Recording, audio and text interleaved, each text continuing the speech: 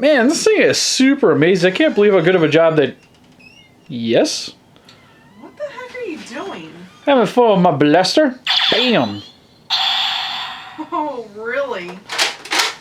Uh-oh. Hey Rangers, welcome to Super Important Reviews. My name's Steve, and today I'll be going over the Bandai Legacy Mighty Morphin Power Rangers Blade Blaster. This is a Toys R Us exclusive, so if you guys are interested in this figure after this review, definitely recommend going and check out your local Toys R Us to see if they got this bad boy in. But this weapon is from the Mighty Morphin Power Rangers TV show, the original iteration, which is the only one that's called Mighty Morphin.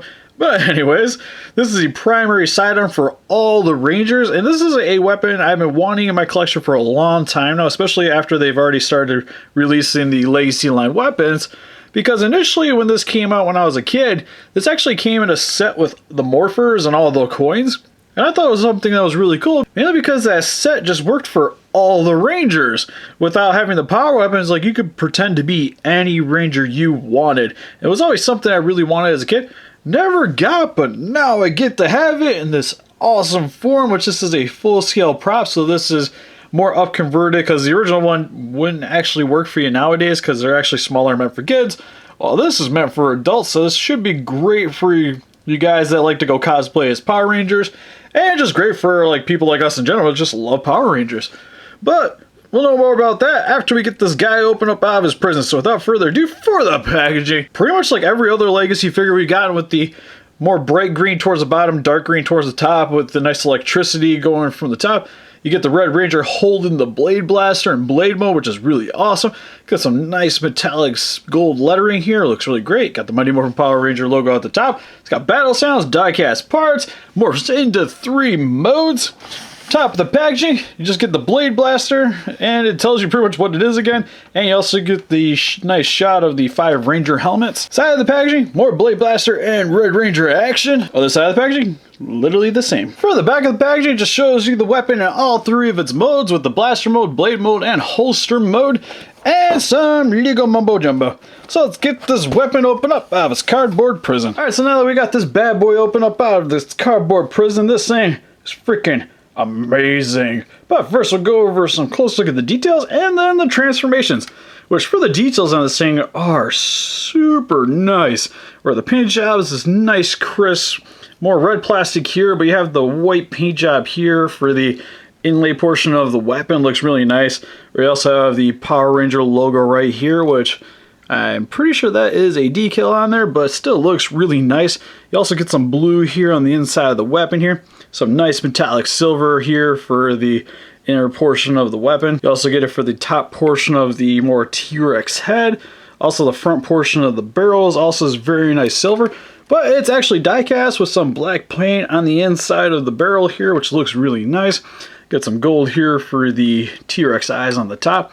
Then for the back portion, you also get some nice metallic die-cast here for the teeth portion of the sights.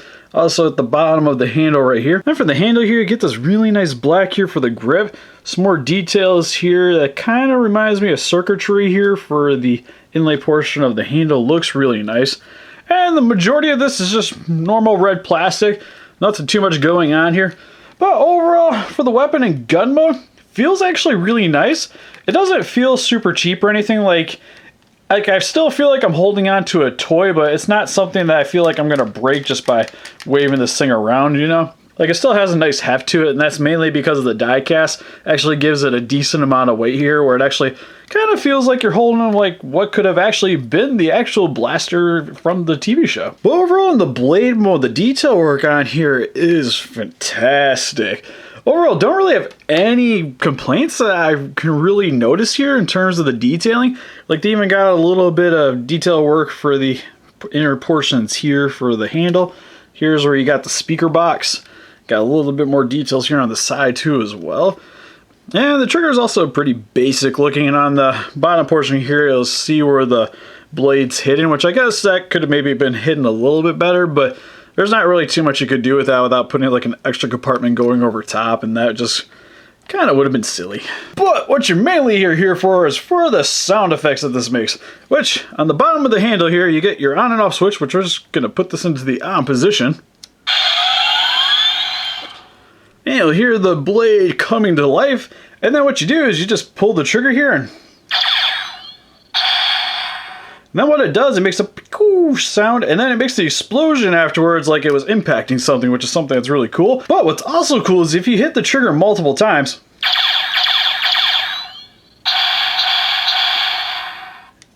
3 beam effects, 3 explosions. It doesn't really work quite as well if you spam the trigger like so. Like there, we didn't get nearly as many explosions for the beams, but if you just keep pretty much doing it at a constant pace,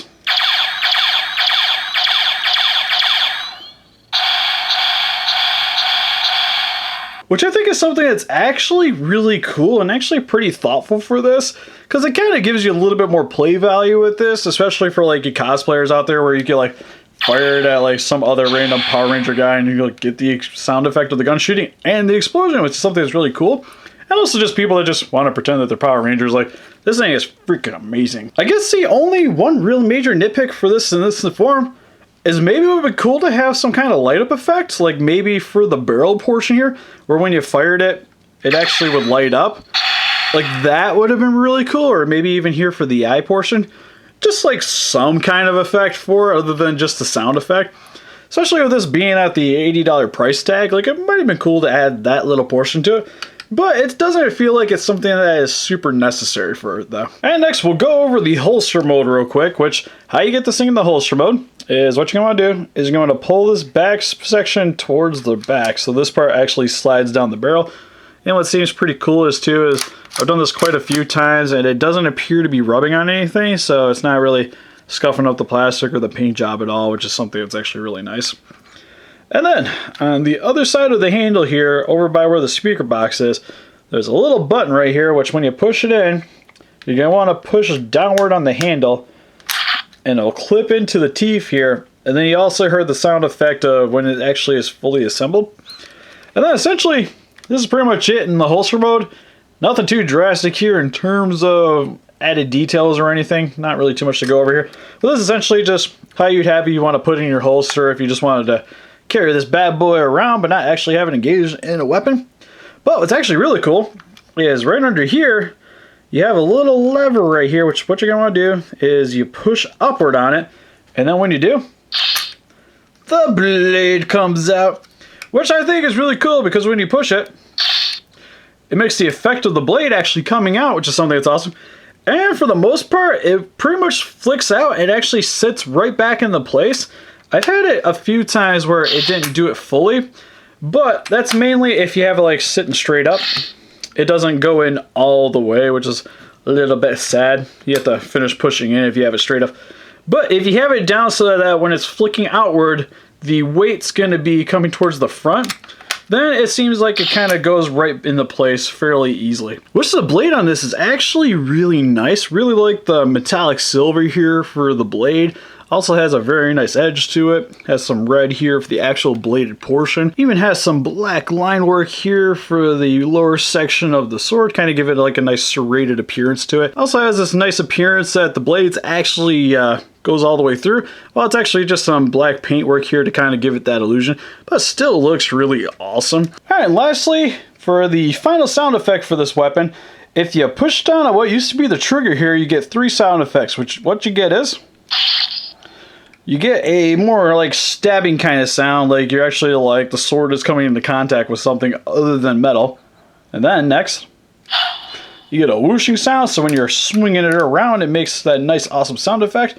And then also makes a clanging sound for when you're having this weapon duel other weapons, which I think is really cool. Kind of wish you could pick between which sound effect it was going to make at which time, because I think it just goes in order. So there's the stab, whoosh, clang, stab, whoosh, clang, and then if you just spam it, it kind of just repeats certain ones over and over again.